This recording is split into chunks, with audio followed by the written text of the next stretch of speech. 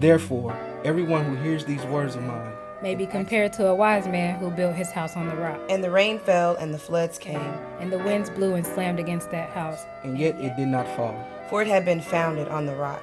Everyone who hears these words of mine And does not act on them will be like a foolish man who built his house on the sand. And great Was its fall. Hey, this is Pastor Blake Wilson of Crossover Bible Fellowship. I'd like to introduce and invite urban young adults from across the city of Houston to a new worship experience held every fourth Saturday right here at Crossover Bible Fellowship.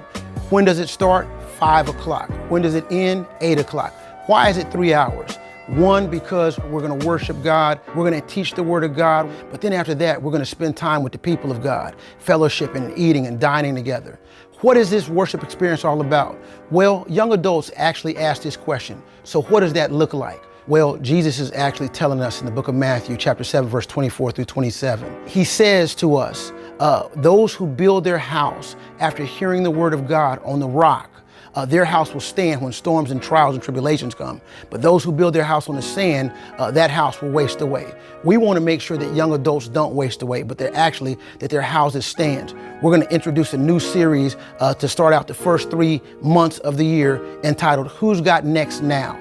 Who's Got Next Now comes from that urban concept of basketball, where when you're playing a basketball game and someone asks the question, who's got next? Generally, that person is sitting on the sideline. But when it comes down to the Word of God in the Bible and people who take over next generational leadership, they don't just have next and wait. They have next and they're actually doing something right now.